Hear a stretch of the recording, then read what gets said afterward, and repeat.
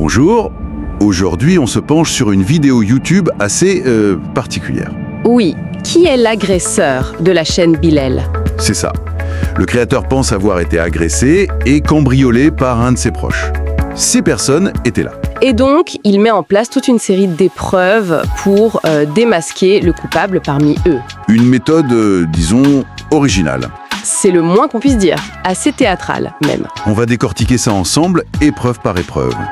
Voir comment il s'y prend avec Laurie, Willy, Samir, Idriss, son cousin, Ryan et Bobo. D'accord. Alors, ça commence comment? Première étape, le parcours laser. L'idée, c'est que l'agresseur a dû être agile pour passer son système de sécurité. Ah oui, les fameux lasers de films d'espionnage en quelque sorte. Exactement. Alors on voit Ryan très rapide, très agile. Ok. Bobo, lui, plus grand, a beaucoup plus de mal. Willy s'en sort pas mal non plus. Et donc, logiquement, on pourrait suspecter Ryan. Eh ben non. Justement, malgré sa vitesse, il est déclaré innocent. Ah, déjà, la logique est un peu particulière. Lier agilité et culpabilité, c'est une hypothèse de départ. C'est ça. Et l'interprétation des résultats. Subjective, on va dire. Oui, ça pose question sur les critères. On est peut-être plus dans le spectacle déjà. Ensuite, deuxième épreuve. Les escaliers bruyants. Ah oui, parce que l'agresseur serait tombé, c'est ça? Voilà, donc il mesure le bruit que chacun fait en descendant avec un sonomètre. D'accord. Et les résultats? Alors Samir est le plus bruyant, 103,2 décibels. Carrément. Ah oui, quand même. Et Idriss, son cousin, fait un truc bizarre. Il fait un détour, il dit qu'il agit comme un cambrioleur discret. Étrange comme comportement. Il essaie de se justifier d'avance ou de brouiller les pistes. Difficile à dire. En tout cas, Samir est accusé, puis innocenté.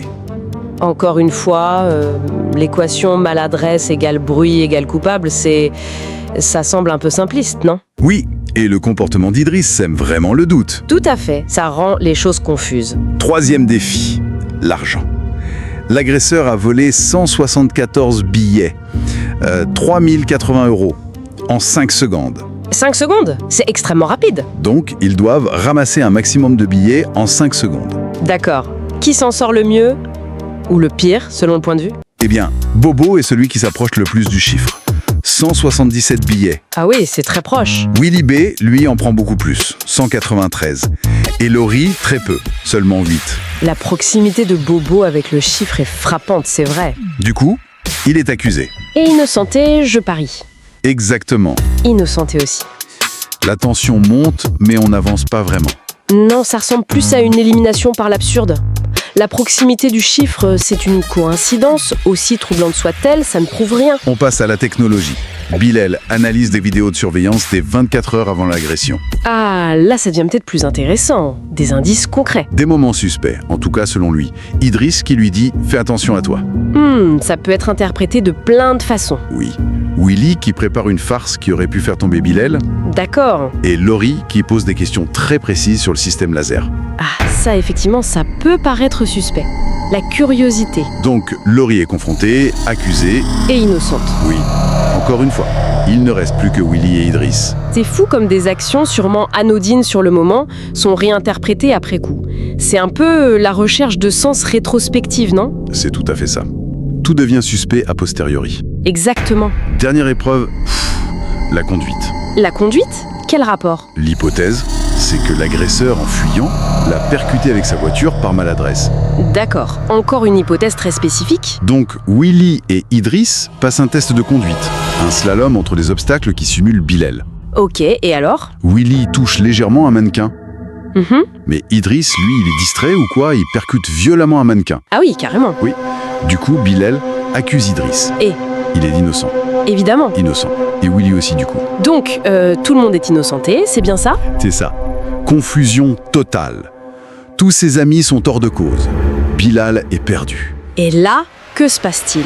Il reçoit un email de la police avec un portrait robot. Ah, la police s'en mêle enfin. Apparemment. Et le portrait robot? Ne correspond à aucun des 6 amis. Exactement. Il désignait quelqu'un d'une certaine agence. Une personne extérieure. Une agence, c'est assez vague comme terme. Oui, la vidéo ne détaille pas vraiment. Mais en gros, le coupable n'était pas parmi eux. Quel retournement de situation! Toute cette mise en scène pour rien, finalement. C'est clair. Une enquête pour le moins créative, qui se termine sur une note totalement inattendue. Ça montre bien comment on peut construire une suspicion, la diriger vers des gens, sur la base des preuves un peu bancales et d'interprétation. Oui, on voit comment des coïncidences ou des compétences peuvent être utilisées pour créer un récit accusateur. Ça interroge vraiment sur la nature de la preuve ou de ce qu'on croit être une preuve dans ce genre de contexte très médiatisé, très mis en scène. Et ça laisse une question pour la fin, non? Oui, tout à fait. Si tout ça était orchestré dès le départ, peut-être juste pour la vidéo, Quel était le but réel de faire passer ses amis par toutes ces épreuves? était-ce juste du spectacle ou y avait-il autre chose derrière? Ça te donne à réfléchir. Clairement, de quoi méditer après cette analyse.